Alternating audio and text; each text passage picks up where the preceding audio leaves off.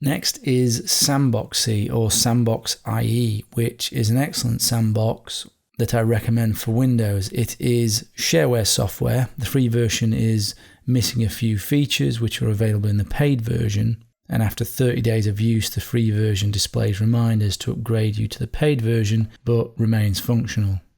The missing functionality is to automatically run programs under Sandboxie even when they are not started directly through Sandboxie.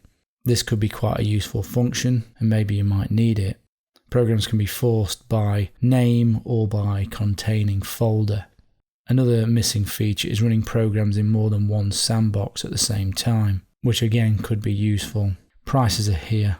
Sandboxie is very simple to use out of the box, but if you want to get the most out of it, you will need to spend a little time configuring it and working out what features they offer so you can configure it to use it in the way that you need. Just download it as normal and install it. It's your usual simple Windows install. Or you can use Choco to install it. Let's do a search here for Sandboxie. So we can see there's two versions, one that actually installs. It's installing. Downloading. And there we go, installed. And there it is. And that's what it looks like. And immediately it's popping up asking me if I want to apply the configuration settings which will improve compatibility with these applications. So you can see here it's the Windows and Office licensing service. So you'd have to look into that as to whether or not that was something you wanted to do or not. But yes, it's okay. I'll give you some tips on Sandboxie. If you see in the bottom right here, the sandbox icon is there. You can right click on here. And if you go up here, this will show you here the sandboxes that you have. At the moment, there's just the default sandbox, which comes when you install it. If you go up here, you can run each of these within a sandbox. Your default web browser, email reader, you can launch any program through the sandbox or through the start menu or through Windows Explorer.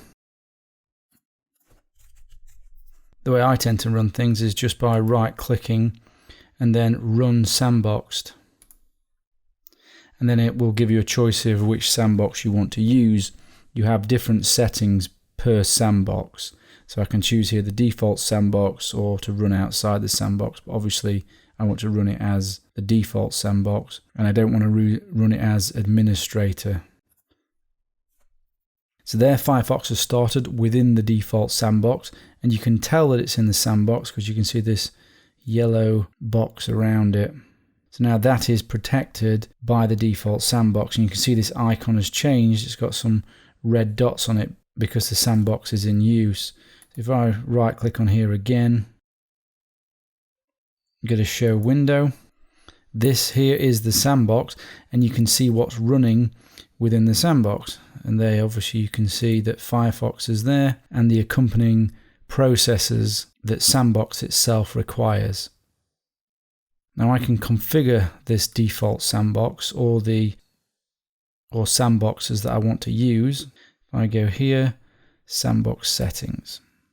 Make sure these two are ticked so that you can see a border around the windows, because what you can do is accidentally think you're running something sandboxed and you're not. So it's always useful to have a yellow border around it. Let's go to recovery.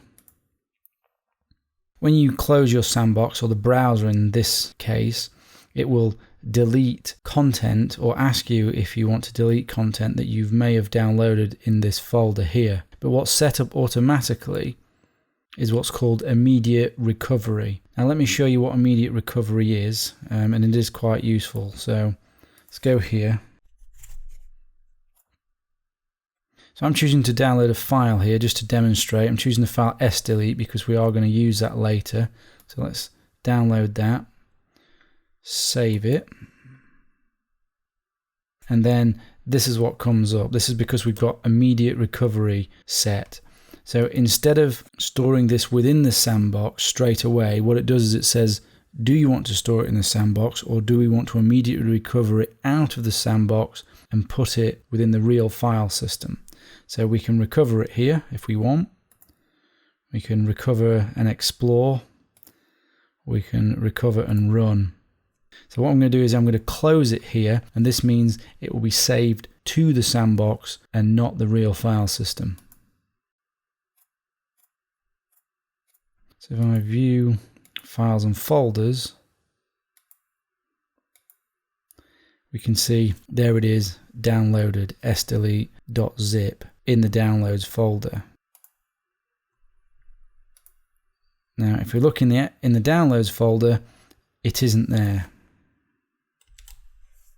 Actually it is there. This is a version I downloaded previously, but the version I've just downloaded isn't there, because that is a zip file. So the SD zip file isn't here. It isn't in the downloads folder.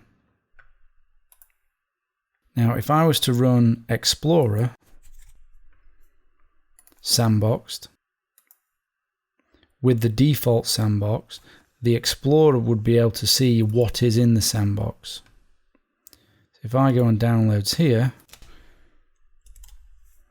there we can see the SD delete that is within the default sandbox.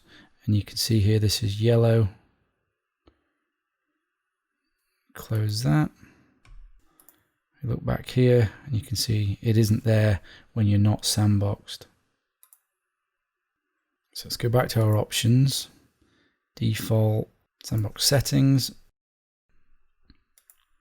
So those are recovery options. This is set for the immediate recovery, but you don't necessarily have to have that set. You can choose at the end what you want to do with the files that have gone into the sandbox.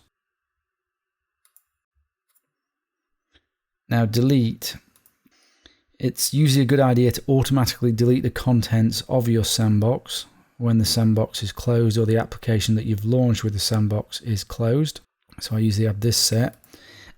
And then you've got the choice of delete command, so you can securely delete or wipe with random data or zeros and ones over the content that's in the sandbox, and that's a good idea. So you want to use sdelete or eraser if you like. So let me show you how you would do that. So select sdelete, and we know where we've put that. This is what I downloaded before. And there what you can see is it creates a special command so that when it deletes securely, or rather it deletes multiple times. See, this is 3 passes. You can get both eraser and sdelete with Choco if you want to. As an example. So that's installed. And that will install eraser. So back to Sandboxie.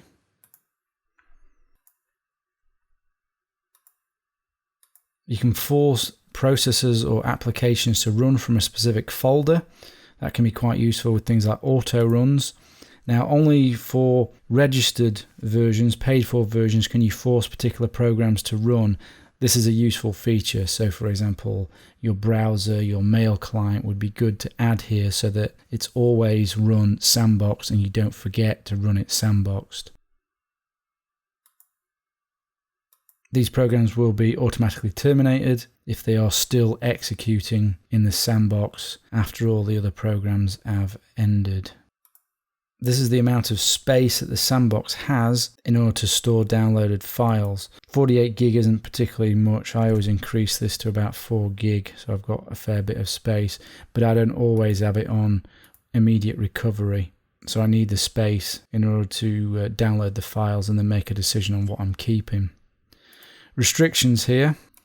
You can prevent programs from accessing the internet, allow or deny programs to start and run, and you can drop the rights if you're running as administrator. You shouldn't be running as an administrator, but select that anyway, just in case that happens. Access restrictions. So for files, registry access, IPC, Windows Access COM. You can specify the sort of access that you want to allow the sandbox to have. So do you want to give any programs full access, read access, write access?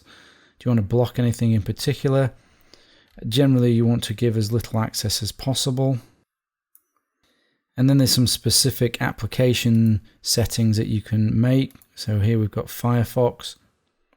This is allowing it direct access to the phishing databases. That can be okay for security. And perhaps you want to keep cookies.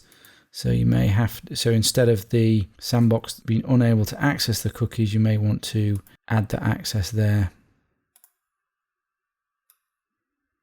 And then specific settings for various different email clients. So there you go, that's Sandboxie. If you're using Windows, there's no reason really why you shouldn't be using Sandboxie or some other sandbox alternative in order to give you that extra layer of sandbox protection.